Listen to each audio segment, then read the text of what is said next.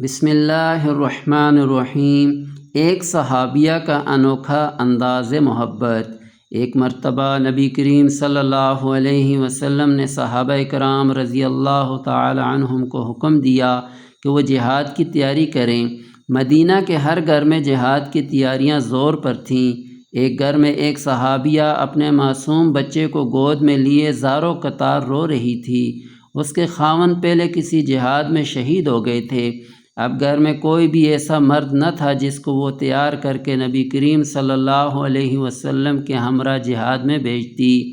جب بہت دیر تک روتی رہی اور طبیعت بھر آئی تو اپنے معصوم بیٹے کو سینے سے لگایا اور مسجد نبوی میں نبی صلی اللہ علیہ وسلم کی خدمت میں پیش ہوئی۔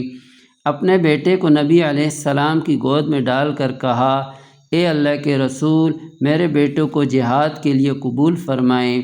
نبی کریم صلی اللہ علیہ وسلم نے حیران ہو کر فرمایا، یہ معصوم بچہ جہاد میں کیسے جا سکتا ہے؟ وہ رو کر کہنے لگیں کہ میرے گھر میں کوئی بڑا مرد نہیں ہے کہ جس کو بیچ سکوں، آپ اسی کو قبول فرمائیں۔ آپ صلی اللہ علیہ وسلم نے فرمایا، یہ بچہ کیسے جہاد کرے گا؟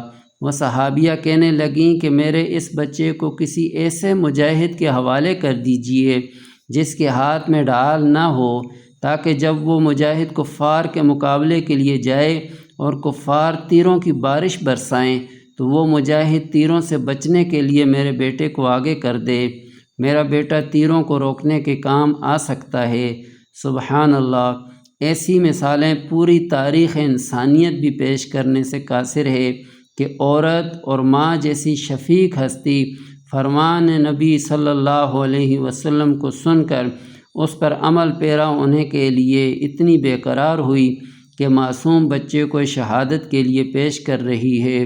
اللہ رب العزت ہمیں بھی ایسا ہی جذبہ ایمانی عطا فرمائے، آمین۔